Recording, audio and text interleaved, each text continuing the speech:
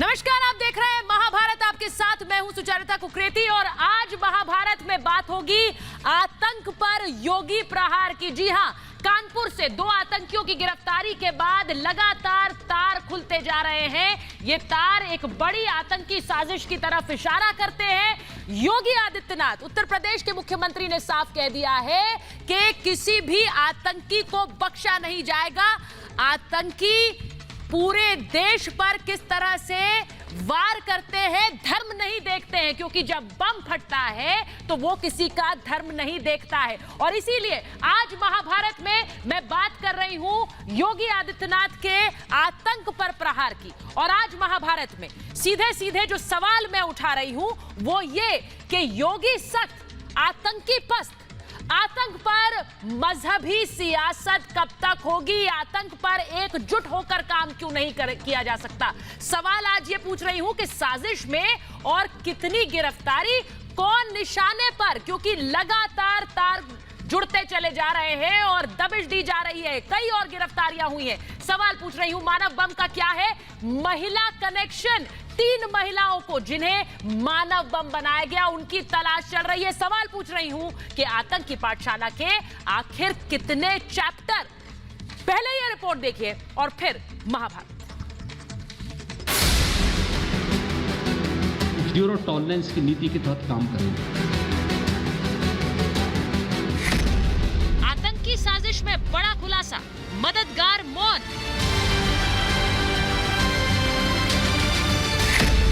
UP के दुश्मनों को योगी का अल्टीमेटम। बम किसी की जाति, किसी का मत, किसी का मजहब नहीं देखता। और जो लोग इस प्रकार की सुरक्षा में सेंध लगाने का कुत्सित प्रयास कर रहे हैं, उन लोगों के मंसूबों को पूरी तरह ध्वस्त करने की आवश्यकता है। आतंकी साजिश पर योगी प्रहार।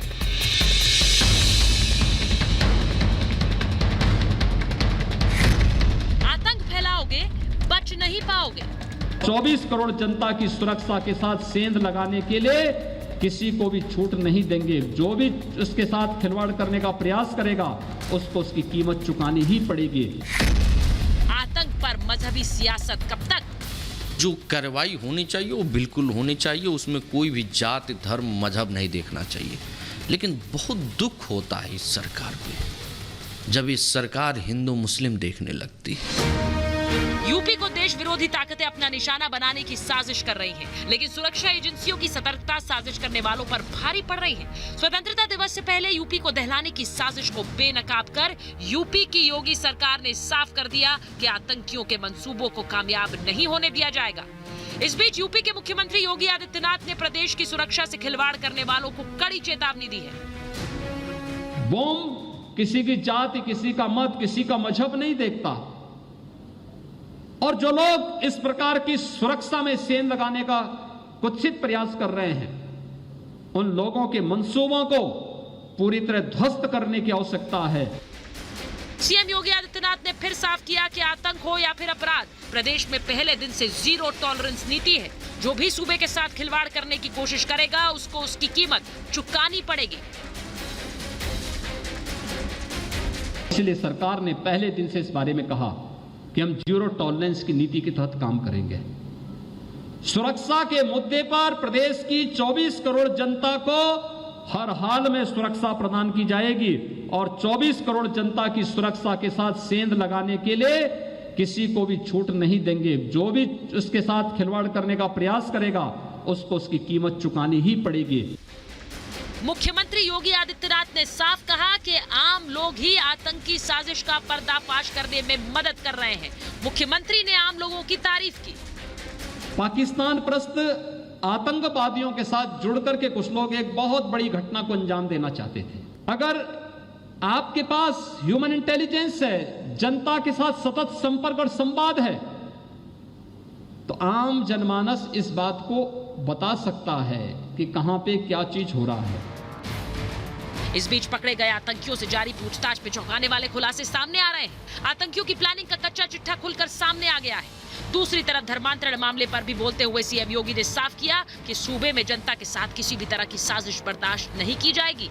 योगी सूबे से आतंक को साफ करने की बात कर रहे हैं, तो दूसरी तरफ विपक्षी दल आतंक की साजिश पर हिंदू मुसलमान कर उसे मजहबी रंग देने की कोशिश में जुटे हैं। जो कार्रवाई होनी चाहिए वो बिल्कुल होनी चाहिए, उसमें कोई भी जात धर्म मजहब नहीं देखना चाहिए। लेकिन बहुत दुख होता है इस सरकार पे जब ये सरकार हिंदू मुस्लिम देखने लगती है। एजेंसियां पूरी तरीके से ऑन द टोज हैं, बिल्कुल आप सबको सुरक्षा देने के लिए, हम सबको, पूरे प्रदेश को, देश को सुरक्षा देने के लिए वो तत्पर हैं। और हम आगे भी उम्मीद करते हैं कि ऐसे लोगों के मंसूबे ही नहीं, इन सबको कुचलने का काम हमारी सुरक्षा एजेंसी करेंगे। सवाल ये कि आतंक के खिलाफ साथ देने के बजाय उस पर मजहबी सियासत कब तक होगी, और सवाल ये भी कि तुष्टीकरण की राजनीति के लिए सूबे की सुरक्षा से आखिर खिलवाड़ क्यों। इस साजिश का एक एक तार जोड़कर आज आपको महाभारत में दिखाएंगे। Bureau report, Republic Bharat. और मैं महाभारत की शुरुआत करूं उससे पहले आपको बताऊं कि रिपब्लिक भारत आपसे जुड़े हर मुद्दे के लिए आवाज उठाता है, तो आप भी अपनी आवाज उठाएं और रखें अपने विचार अपनी भाषा में कू ऐप पर। रिपब्लिक भारत अब कू ऐप पर। योगी आदित्यनाथ उत्तर प्रदेश के मुख्यमंत्री किस तरह से आतंक को लेकर सख्त हैं, और क्या यही वजह है कि आतंकी पस्त है।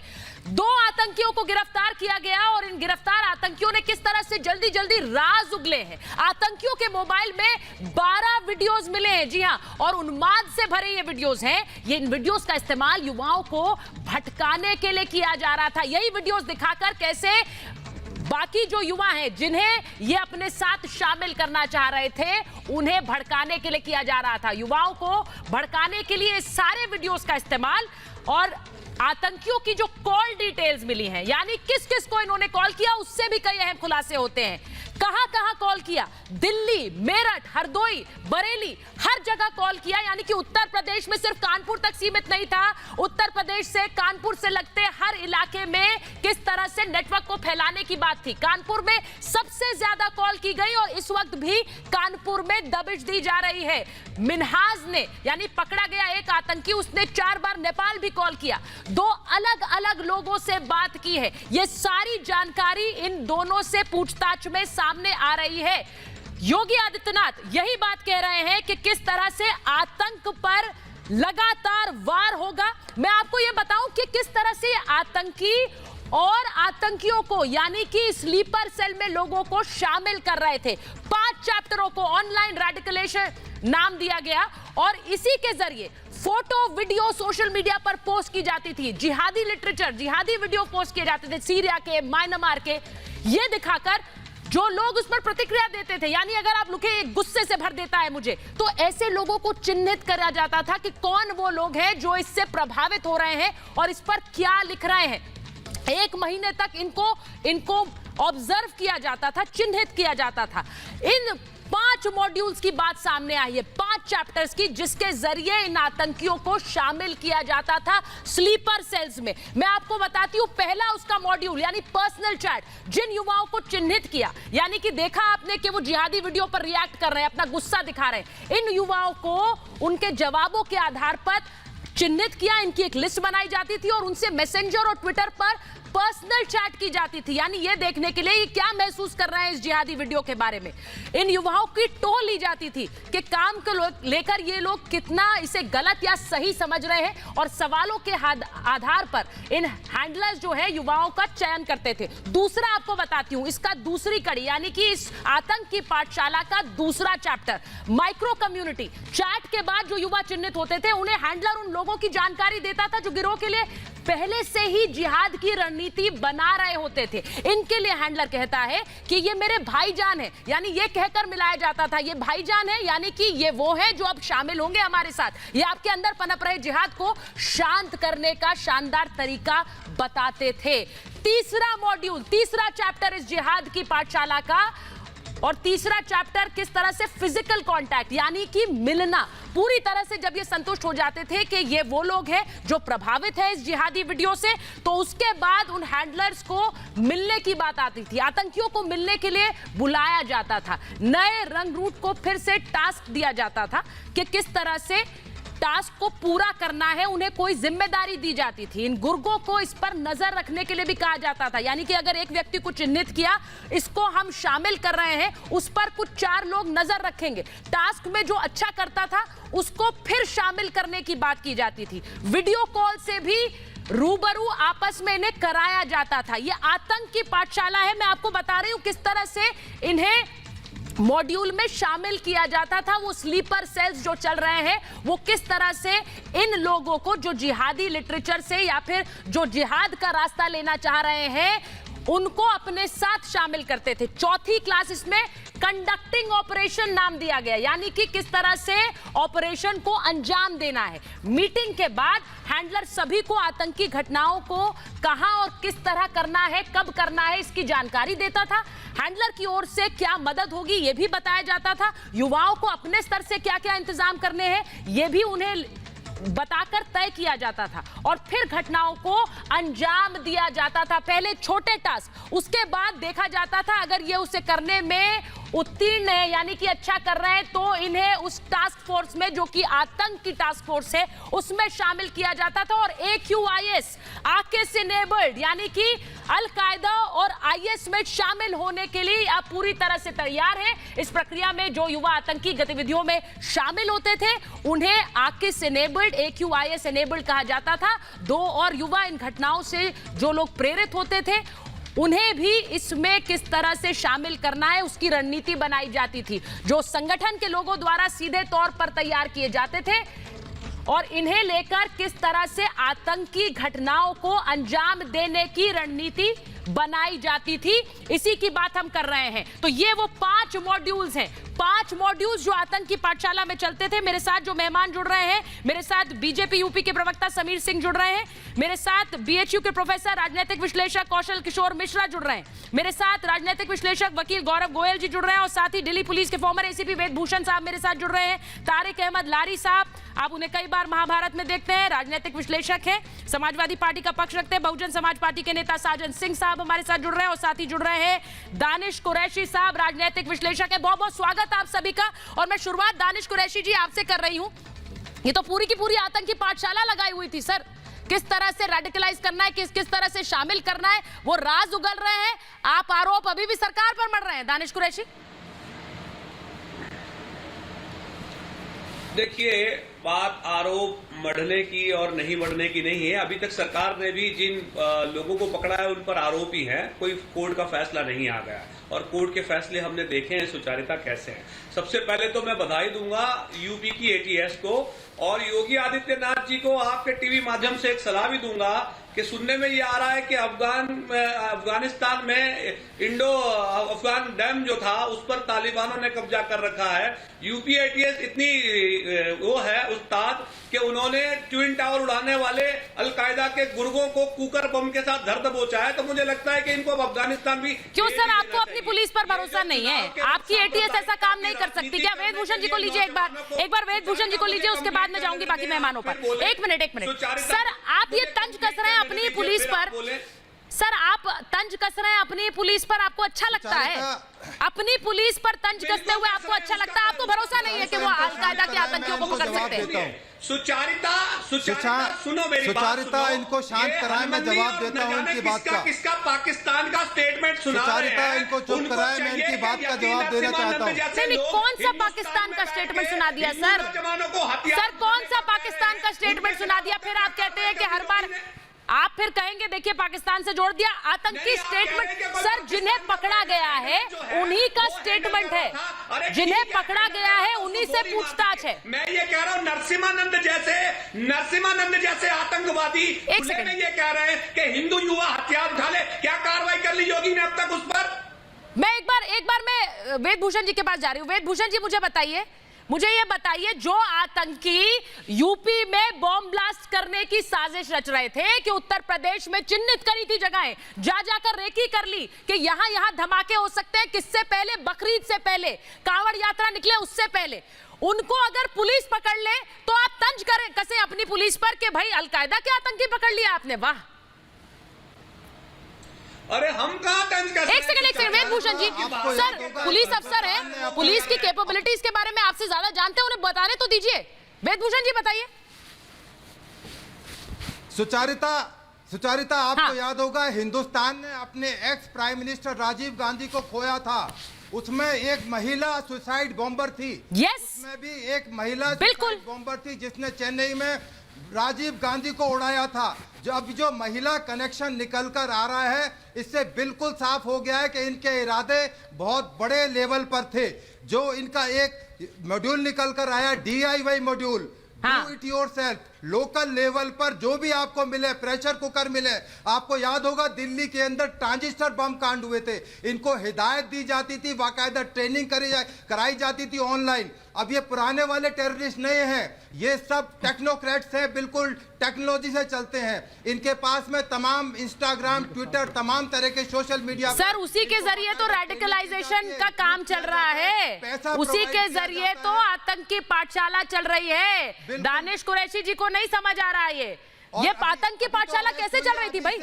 अभी हमारे साथियों को दर्द हो रहा है। अभी तो इन्वेस्टिगेशन शुरू हुई है, अभी से दर्द हो रहा है, अभी कोर्ट के नतीजों पर पहुंच रहे हैं। अरे आप थोड़ा इन्वेस्टिगेशन पे इंतजार तो कीजिए। आपको ना अदालत पर विश्वास है, ना आपको पुलिस के ऊपर विश्वास है। मुझे लगता नहीं आपको हिंदुस्तान में किसी पर विश्वास होगा। इसके तमाम तार पाकिस्तान से और अफगानिस्तान से जुड़ रहे हैं, अलकायदा, तालिबान से बिल्कुल निकल कर आ रहे हैं। जो अफगानिस्तान के अंदर जो हरकतें हो रही हैं, और मैं एक और चीज बता दूं, जो बात शायद लारी साहब को पसंद ना आए या फिर साजन सिंह को पसंद ना आए, मैं एक बार कौशल जी आपके पास आ रही हूं। कौशल किशोर जी, मुझे ये बताइए, जो योगी आदित्यनाथ कहते हैं ह्यूमन इंटेलिजेंस, उन्होंने कल बात कही ह्यूमन इंटेलिजेंस की। उन्होंने कहा कि आसपास जो लोग रहते हैं उनके जरिए ही बहुत सी चीजें साफ हुई है, क्योंकि लोग जानकारी देते हैं और उस ह्यूमन इंटेलिजेंस का हम महत्व समझते हैं। यानी ये जो जहां रह रहे हैं वहीं के लोगों ने जानकारियां दी हैं। ये उत्तर प्रदेश के ही लोग हैं लारी साहब जो जानकारी दे रहे थे। कौशल किशोर जी पहले बोलेंगे। जी बोलिए सर। सुचरिता जी, आप इसकी गंभीरता को समझिए। हम इसकी राजनीति में नहीं जाना चाहते। हाँ। हमको तो इस बात का इतनी पीड़ा हो रही है कि आतंकवाद के नाम पर भी राजनीति की जा रही है। आतंकवाद के नाम पर भी वोट बटोरने का एक सुनियोजित षड्यंत्र किया जा रहा है। आतंकवाद के नाम पर वोट कैसे मिल जाएगा भाई इस देश में? हम तो उस जगह बैठे हुए हैं बनारस में जहां आतंकवाद को देखा है नंगी आंखों से। यही कुकर बम से संकट मोचन मंदिर में, प्रख्यात संकट मोचन मंदिर में यही कुकर बम से विस्फोट हुआ था, 40 लोग मरे थे। यही जो है गैस सिलेंडर से विस्फोट हुआ था दशाश्वमेध घाट पर, वहां कितने लोग मरे थे। यही कचहरी में बम विस्फोट हुआ था, कितने लोग मरे थे। यही ट्रेन में बम विस्फोट हुआ था, कितने लोग मरे थे। तो अब कुकर बम और सिलेंडर बम, कल जो है अमरूद बम, इस समय आम का सीजन है, आम बम, ये बमों का सिलसिला। और सर मानव बम, हम नागरिक हैं, हम तो राष्ट्र से सुरक्षा चाहते हैं। हम मानव बम तो मान लीजिए आपने कहा कि राजीव गांधी मानव बम से चले गए, तो अब कुकर बम के बाद अगर इस देश में मानव बम के आधार पर अगर लोगों की जान हत्याएं की जाएंगी तो ये तो बहुत गड़बड़ बात है। ये मानव बम के लोग कौन? मैं आपको कौशल जी मैं आपको एक बार अपने दर्शकों को भी बता दूं, जिस मानव बम की हम बात कर रहे हैं, आपने बहुत अच्छी तरह से बताया कि कैसे अलग अलग तरीके से ये आतंकी मॉड्यूल्स काम करते हैं, और उन्हीं में से एक मानव बम जो चौंकाने वाली और हैरान करने वाली जानकारी सामने आई कि मानव बम का ये महिला कनेक्शन, किस तरह से महिलाओं को मानव बम बनाने की ट्रेनिंग दी जा रही थी। पूरी कोशिश ये थी कि इन महिलाओं को मानव बम के लिए प्रिपेयर किया जाए, रेडी किया जाए। 3 महिलाएं सीधे आतंकियों के संपर्क में थी, ये जानकारी पूछताछ में सामने आ रही। पाकिस्तानी हैंडलर्स के संपर्क में थी ये 3 महिलाएं।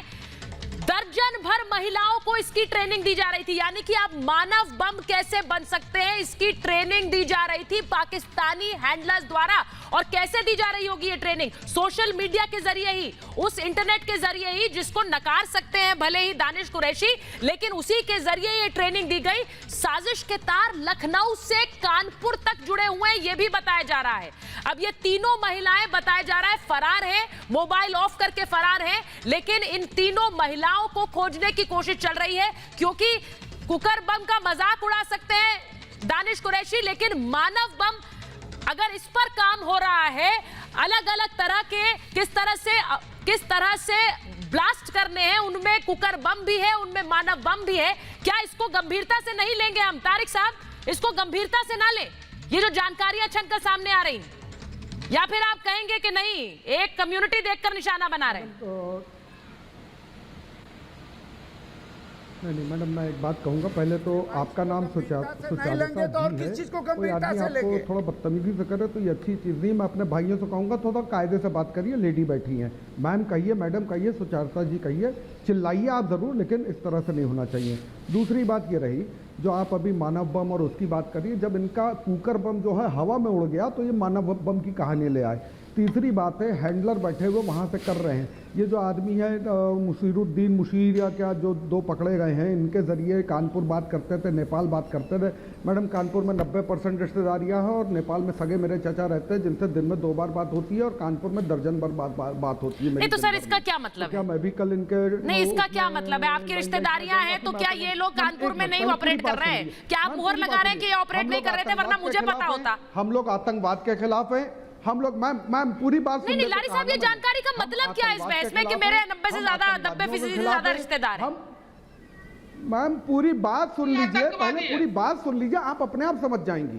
मैं आतंकवाद, मैं नहीं, मेरे सब लोग आतंकवाद के खिलाफ है, आतंकवादियों के खिलाफ है। हम आतंकवादियों को मेंबर ऑफ पार्लियामेंट नहीं बनाते हैं, हम मेंबर ऑफ पार्लियामेंट नहीं बनाते हैं। लेकिन आप अपनी पुलिस पर सवाल उठाते हैं, आतंकवादी के नाम पर आप अपनी पुलिस पर सवाल जरूर उठाते हैं। सर उनको क्लियर, सर नहीं, एक मिनट, आप किसकी बात कर रहे हैं? नहीं, समीर सिंह जी है, वो जवाब देंगे। आप किसकी बात कर रहे हैं? आप किसकी बात कर रहे हैं, बताइए खुलकर, क्योंकि मैं तो आपके नेता की बात कर रही हूँ। पुलिस को क्लियरेंस, पुलिस पर आरोप तो वही लगाते हैं। यूपी पुलिस और एटीएस पे उतना ही यकीन करते हैं। नहीं, अब यकीन करते हैं। आपके नेता तो यकीन नहीं करते हैं, वो तो कहते हैं मैं पुलिस पर भरोसा नहीं करता, यूपी पुलिस पर भरोसा नहीं करता। उतना ही यकीन करते हैं जितना अर्नब गोस्वामी जी यकीन करते हैं बॉम्बे पुलिस पर। नहीं, यूपी पुलिस पर भरोसा नहीं करता कह रहे थे वो। बॉम्बे पुलिस पर हम भी उतना ही एटीएस और यूपी पुलिस पर यकीन करते हैं। एटीएस की इन्वेस्टिगेशन करना बेगुनाहों को पकड़ना है क्या? आतंकवादियों को पकड़ना बेगुनाह की सर्टिफिकेट आप देने के लिए बैठे? बिल्कुल। एक आप लोग की सेट मानसिकता, उस मानसिकता के तहत काम कर रहे हैं। ये चुनावी आतंकवाद है, ये चुनावी आतंकवाद है हुजूर अली, ये चुनावी आतंकवाद है। आप हमको ये बताइए, ये हाफिज सईद से मिलने वेद प्रकाश वैद्य क्यों गया था? हाफिज सईद से मिलने वेद प्रकाश वैद्य क्यों गया था, ये बताइए। वेद प्रकाश वैद्य गया था कि नहीं गया था? ये हाफिज सईद से मिलने वेद प्रकाश वैद्य क्यों गया था, आप ये बताइए। एक आतंकवादी से आतंकवादी ही मुलाकात करता है और आतंकवादी ने आकर यहाँ आतंकवादियों को सारी जानकारी दी कि क्या होना चाहिए, उसके अकॉर्डिंग काम हो रहा है। आप मुझे ये बताइए, वेद प्रकाश वैद्य हाफिज सईद से मिलने क्या करने गए थे? कहाँ बम प्लांट करना है वेद प्रकाश वैद्य ये बताने गए थे? किन बेगुनाहों को फंसाना है ये बताने गए थे? कब बम प्लांट करना है ये बताने गए थे? आप ये बताइए। ये देखिए आपके स्क्रीन पर है वेद प्रकाश वैद्य हाफिज सईद आतंकवादी हाफिज सईद के साथ मिलते हुए। लारी साहब, आप बिल्कुल साफ लफ्जों में बताइए। एक मिनट समीर जी, मैं यहाँ पर इस आतंकी साजिश की बात कर रही हूँ जिसके तार किस तरह से फैलते हुए नजर आ रहे हैं, उस पर भी एक नजर डाल लीजिए कि किस तरह से आतंक के तार लखनऊ को दहलाने की साजिश थी। ये तो अब बिल्कुल खुलकर सामने आ गया है। लारी साहब सुनिएगा, साजन सिंह जी सुनिए, क्योंकि उसके बाद आपके पास आ रही हूं, और गौरव गोयल जी आपके पास आ रही हूं। लखनऊ को दहलाने की साजिश थी, लेकिन उत्तर प्रदेश में ब्लास्ट करने की साजिश थी।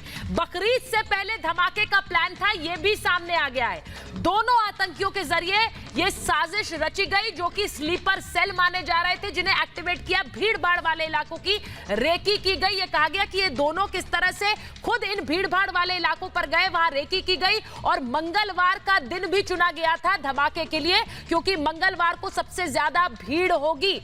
योजना के लिए कश्मीर से 2 कमांडर आने वाले थे। देखिए सारी पूछताछ इस वक्त जारी है, और कैसे तार कश्मीर तक जुड़े हैं और कश्मीर से पाकिस्तान से जुड़े हुए हैं। कमांडर तौहीद और मूसा ये नाम बताए जा रहे हैं। कमांडर तौहीद और मूसा किस तरह से कश्मीर से आने वाले थे और इस पूरे धमाके को, ब्लास्ट को अंजाम देने वाले थे। ई रिक्शा से कुकर बम रखने की पूरी प्लानिंग थी, और मिन्हाज ने ये जिम्मा मुशीर को दिया था, सैकड़ों लोगों को मारने का ये प्लान था। मैं इसीलिए साजन सिंह जी आपके पास आ रही हूं, मुझे ये बताइए कि क्या पार्टी हित से बड़ा देश हित नहीं है, या फिर वोट ही देखते रहेंगे आप लोग? बिल्कुल जी नहीं। देश का ज्वलंत मुद्दा है आतंकवाद। आतंकवाद का ना कोई धर्म होता है, ना कोई मजहब होता है, ना कोई जाति होता है, लेकिन साबित होना चाहिए कि वो आतंकवादी हैं। बिना साबित होने किसी के गले में आतंकवाद का पट्टा पहनाने के पहले जांच पूरी होने दीजिए। 14 दिन का एटीएस को रिमांड मिला है, इन्वेस्टिगेशन अभी पूरा नहीं हुआ है, इन्वेस्टिगेशन होने दीजिए। ये भारत का लीगल हिस्ट्री रहा है, ये इतिहास रहा है कि किस तरह से टाटा का मिसयूज हुआ है, किस तरह से यूएपीए का मिसयूज हो रहा है, किस तरह से सेडिशन लॉ का मिसयूज हो रहा है। तो इसीलिए मेरा ये कहना है कि 4.5 सालों तक कुछ नहीं हुआ। आप सपा के गुंडई सरकार को हटा करके आप सत्ता में आए हैं इस विश्वास के साथ कि लॉ एंड ऑर्डर को हम दुरुस्त करेंगे, और 4.5 साल के साल नाक के नीचे पकड़ रही है आतंकवादी को, तो आपके व्यवस्था पे सवाल नहीं उठ रहा है क्या? नहीं, मेरी बात सुचारुता जी, मेरी बात पूरी होने दीजिए, 10 सेकंड और दीजिए मुझे। मेरा साजन जी, आपने तो क्लीन चिट दे दी, अगर आप ये कह रहे हैं जो एटीएस ने पकड़ा, आप तो क्लीन चिट दे रहे हैं इन लोगों को। मनसा आपकी साबित हो रही है। आप इन्हें क्लीन चिट दे रहे हैं क्या? मुझे ये बताइए, आप इन्हें क्लीन चिट दे रहे हैं? मैं राजनीतिक मंशा के ऊपर मैं सवाल उठा रहा हूं, मैं बिल्कुल नहीं दे रहा हूं। मैं कह रहा हूं सुचारुता जी, जांच पूरी मुझे ये बताइए। नहीं सर, मुझे ये बताइए, सर मुझे एक बात बता दीजिए, कल यूपी में चुनाव हो, कल यूपी में चुनाव हो, और आज कोई आतंकी घटना के सबूत मिलते हैं तो पुलिस कार्रवाई न करे, सरकार कार्रवाई न करे, वरना आप लोग कहेंगे कि इस समय क्यों? क्योंकि कल वोट पड़ने, कल वोट पड़ने। ये क्या लॉजिक है सर? जनता पार्टी अपना पीठ थपथपा क्या रही है? मैं मनसा पे सवाल नहीं, सुचारुता जी, मैं मनसा पे सवाल इसलिए उठा रहा हूं कि 24 घंटे में अरेस्ट को नहीं हुए हैं, और सारा का सारा ब्लूप्रिंट कहां बम फट रहा है। सर 24 घंटे अरेस्ट को नहीं हुए सर, रविवार है, आज कौन सा दिन है सर? सर रविवार को अरेस्ट हुए, आज कौन सा दिन है सर? 24 घंटे नहीं हुए, आप कह रहे हैं बड़े आसानी से। सर 72 घंटे होने को आए, आप कहाँ हैं? 24 घंटे नहीं हुए कह रहे हैं आप। 72 घंटे। 13 तारीख सर एक मिनट, सर ये 2 आतंकी कब पकड़े गए? ये 2 आतंकी कब पकड़े गए सर? ये कहां का उड़ाया? ये साजन जी, ये 2 आतंकी कब पकड़े गए, मुझे बता दीजिए। नहीं, मैं एटीएस के कार्यपाई पे सवाल बिल्कुल ही नहीं उठा रहा हूं। मैं एटीएस के कार्यपाई पे सवाल नहीं उठा रहा हूं। मैं गौरव गोयल जी कि राजनीतिक पॉलिटिकल माइलेज लेने के लिए क्या कितने सर पॉलिटिकल माइलेज इसमें क्या है, मुझे ये बताइए। पॉलिटिकल आतंकवादी तभी होता है जब साबित कोर्ट करेगी उसको। तो उससे पहले आप क्लीन चिट दे रहे हैं गौरव गोयल जी, हम क्लीन चिट दे दें? अभियुक्त हैं अभी, वो कह रहे हैं क्लीन चिट क्यों? क्लीन चिट दे रहे हैं? बिल्कुल क्लीन चिट नहीं दे रहा हूं, लेकिन राजनीतिक मंशा पे उठा रहा हूं। तो सर राजनीतिक सर तो तुष्टिकरण की राजनीति तो आप लोगों की भी दिखती है ना सर। आप क्यों बचाव में उतरे गौरव जी? ये क्यों बचाव में उतर आए उन आतंकियों के? ये क्यों बचाव में उतर आ रहे हैं? जी अफजल कसाब ने जब देश पर आतंकवादी हमला किया था, चाहे उसको फांसी 5 साल बाद हुई हो, लेकिन इस देश ने उसको आतंकवादी माना। मुझे दुख होता है सर, वो वकील है, होता है कि कभी भी देश के हक में बात क्यों नहीं करते हैं। अपनी ही सेना पे, अपनी ही पुलिस पे ये प्रश्न करते हैं। आप बुरा मत मानिएगा, लेकिन ये वो लोग हैं जो पाकिस्तान भी बात नहीं कर सकता है, ये वो भाषा बोलते हैं। जो दुश्मन देश की भाषा नहीं बोल सकता है, ये वो लोग बात करते हैं। ये कोई आतंकवादी मानव बम तो है ही है। ये इस देश के अंदर ऐसे लोग एक वैचारिक मानव बम, ये वैचारिक मानव बम की श्रृंखला है। अच्छा साजन जी, एक मिनट सुनिए तो उनकी बात। ऐसा फॉल्स नैरेटिव बिल्डअप करते हैं। हम और आप बोलिए गौरव जी। 2 तरह के, अब मैं ये कंफर्म हो गया हूं, मुझे आज ये कंफर्म हो गया कि देश में सिर्फ और सिर्फ आतंकवादी कोई मानव बम ही नहीं है, लेकिन इन जैसे लोग वैचारिक मानव बम का काम करते हैं। ये अपनी ही सेना, अपनी ही पुलिस पे प्रश्न नहीं उठाते हैं। जो व्यक्ति उत्तर प्रदेश को देश को दिलाने की कोशिश करता था, ये उनके साथ में जाके खड़ जाते हैं। बड़े सॉफ्ट नैरेटिव से बिल्डअप करते हैं। हम कहते हैं कि नहीं, हम प्रश्न तो नहीं उठा रहे, लेकिन जी मैं एक मिनट आपको रोक रही हूँ, क्योंकि इस पूरी तफ्तीश अभी भी जारी है और एडीजी प्रशांत कुमार क्या बोल रहे हैं वो एक बार सुन लेते हैं, क्योंकि इसी पूरे मामले से जुड़े हुए आतंक के तार लगातार पुलिस खंगाल रही है। इसमें जो मुस्तकीम है, इसको पूरे षड्यंत्र की जानकारी थी, और इसने मिनाज और मशरुद्दीन को पूरे घटनाक्रम में लगातार मदद की, और जो मुईद है मुईद ने मुस्तकीम के माध्यम से मिन्हाज को पिस्टल उपलब्ध कराई तथा शकील ने असलाहों के प्रबंध करने के में मुख्य भूमिका निभाई तथा मिन्हाज को भी इस कार्य में सहयोग किया। तो इन तीनों अभियुक्तों को गिरफ्तार करके माननीय न्यायालय में पेश किया जाएगा। उसके बाद से पुलिस अग्रिम कार्रवाई इनसे भी करेगी। सर, एक षड्यंत्र को ब्रेक डाउन किया गया। अब तक इन लोगों तो पूछताछ में क्या निकला, क्या ये लोग प्लान कर रहे थे, क्या कुछ करने वाले थे जिसको इतने बड़े ऑपरेशन को, इतने बड़े उसको डीबंक कर दिया यूपीएटीएस ने? ये इनका जो मुख्य उद्देश्य किसी महत्वपूर्ण जगह पे तथा किसी स्मारक पे जाके आतंकवादी गतिविधि करना, बम विस्फोट करना था, जिससे कि भारी मात्रा में जन हानि या किसी भी चीज़ को डैमेज किया जा सके तथा पर्याप्त समाज में भय पैदा करने का उद्देश्य था।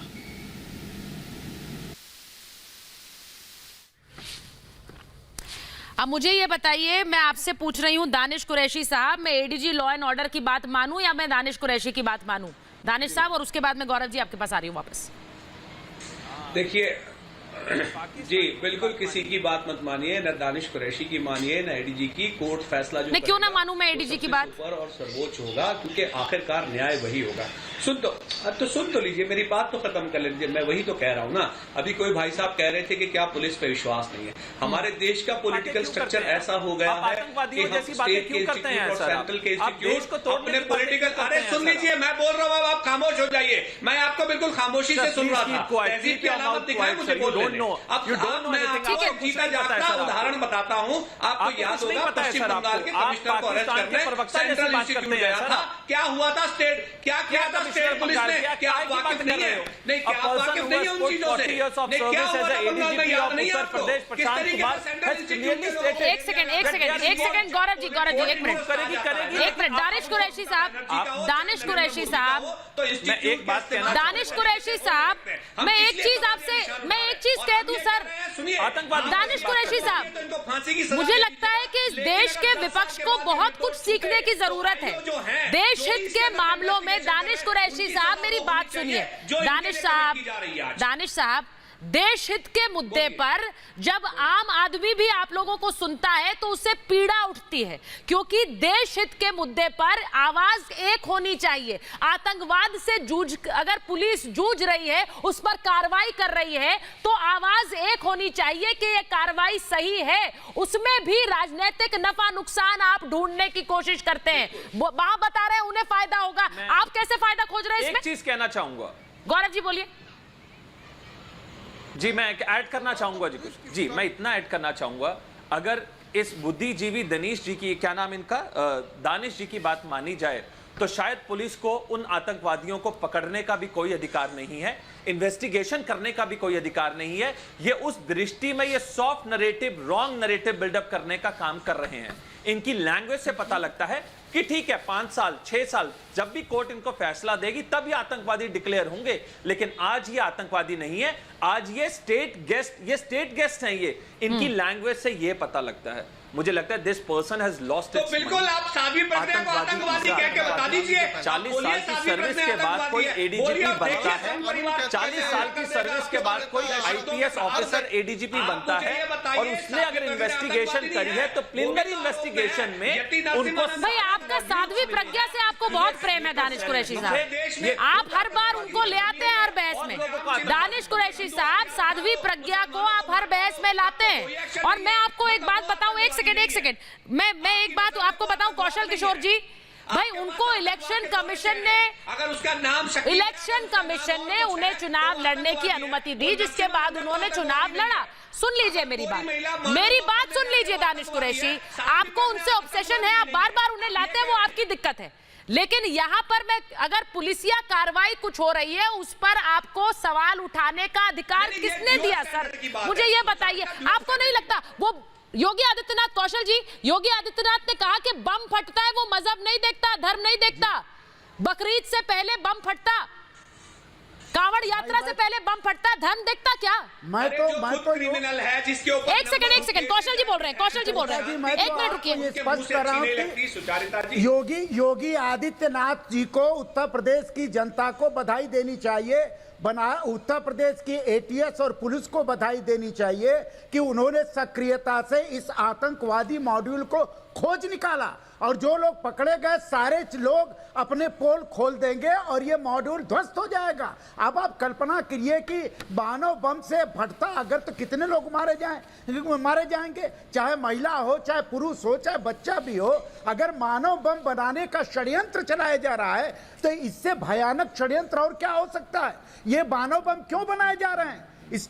स्टेट को, राज्य को नस्तानाबूद करने के लिए, डेवलपमेंट के अवधारणाओं को ध्वस्त करने के लिए, राजनीति में सांप्रदायिकता फैलाने के लिए, राजनीति में आतंकवाद के माध्यम से चुनावी राजनीति का नैया पार करने के लिए। आखिर में यही तो राजनीति हो सकती थी। लेकिन मैं तो जानता हूं, मैं चूंकि मैं इस बात का गवाह हूं कि मैंने आतंकवाद देखा है।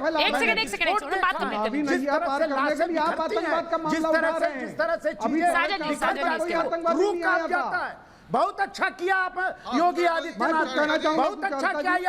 ये आप साध्वी प्रज्ञा न जाने का इस पर मत जाइए। आप वर्तमान समय में रहिए। आतंकवाद का अगर संकट गहरा रहा है, संकट गहरा रहा है तो देश की पुलिस को, देश की सुरक्षा व्यवस्था को सक्रियता से काम करना चाहिए। और मैं मानता हूं कि जो लोग आतंकवाद, नहीं इस तरह से मत बोलिए साजन जी, ये भाषा नहीं है। मेरे मेहमान हैं, आप भी हैं, वो भी हैं, ऐसे भाषा मत इस्तेमाल करिए। एक मिनट साजन जी, किसको क्लीन चिट दूं? किसको क्लीन चिट दूं? मैं एडीजी बैठकर जिन आतंकियों के बारे में बोल रहा हूं उन्हें क्लीन चिट दूं? आतंकवाद बड़ा नहीं है। एक सेकंड कौशल जी एक मिनट। साजन जी किसे क्लीन चिट दूं? जिन आतंकियों को समाज की सुरक्षा चाहिए। अच्छा कौशल जी एक मिनट बोलिए। साजन जी बोलिए। हम तो रुक गए। सुचारिता जी, ये पोर्ट्रे ऐसा किया जा रहा है ना कि जो योगी आदित्यनाथ जी हैं वो सिर्फ मुख्यमंत्री नहीं है, वो सुपरमैन भी है। वो अपने मुख्यमंत्री निवास से उड़े, कुकर पकड़ा, ले जाकर के सरजू में डुबा दिए और सारा यूपी को बचा लिया। अरे साबित कर लो, पहले जांच होने दो। इस परसेप्शन को बिल्डअप मत करिए आप, चुनाव को ध्यान में रखते हुए कि आप सेवियर है यूपी के। जी नहीं, सारे के सारे गलत मुद्दे, कोरोना का इतना मिसमैनेजमेंट है, बेरोजगारी, महंगाई इतनी बढ़ रही है, सारे मुद्दों को हटा करके सारा का सारा मुद्दा आपने कुकर में डाल दिया। अरे कुकर में बम नहीं फट रहा था, सर डिफ्यूज हो रहा था कुकर में। राजनीतिक प्रेशर जो आपके ऊपर में माउंट हो रहा है ना, ये डिफ्यूज हो रहा है। और एक सेकंड मैं एक चीज पूछना चाहती हूँ साजन जी, एक मिनट साजन जी, आप कहते हैं जांच हो जाने दीजिए। एक मिनट कौशल जी, मुझे सवाल पूछने दीजिए। मैं साजन जी आपसे पूछ रही हूँ, आप कह रहे हैं जांच हो जाने दीजिए, तो जांच में ऐसा क्या निकल जाएगा जो आपको संदेह है? क्या निकलेगा जांच में जिसको लेकर आपको संदेह है? बताइए जरा। नहीं क्या संदेह? वही निकलेगा जो हो रहा है। नहीं संदेह क्या है? हमारे यहाँ कानून का राज है, संविधान को चल। सर ये सब भाषण मुझे मत दीजिए, मैंने आपसे पूछा संदेह क्या है। आप बार बार कह रहे जांच होने दीजिए, जांच होने दीजिए। संदेह क्या है सर? आतंकवादी है क्या तो संदेह? आतंकवादी नहीं हो जाता है। मतलब आप बचा रहे हैं ना, आप बचा रहे हैं। 14 दिन का आप बचा रहे हैं। आपको संदेह क्या है कि ये मासूम है, इन्हें पकड़ लिया? क्या प्लान था? एटीएस ने इनको बताया। साजन जी मैंने आपसे सीधा सवाल पूछा, आपको संदेह क्या है? एटीएस की साइंटिफिक इन्वेस्टिगेशन लीक कैसे हुआ? वेदभूषण जी इनको अच्छा लग रहा था। साजन जी नहीं, आप देखिए खुलकर, आप बड़े आराम से बड़ी स्मार्टली बैटिंग कर रहे हैं। आप स्मार्टली बैटिंग कर रहे हैं, आप ये भी नहीं बता रहे संदेह क्या है। बताइए ना, आप ये बोलना चाह रहे हैं कि मासूम है, इन्हें देखकर, इनका मजहब देखकर इन्हें फंसा दिया गया, यही बोलना चाह रहे हैं? खुलकर बोलिए ना, फिर मुझे मंशा साफ हो।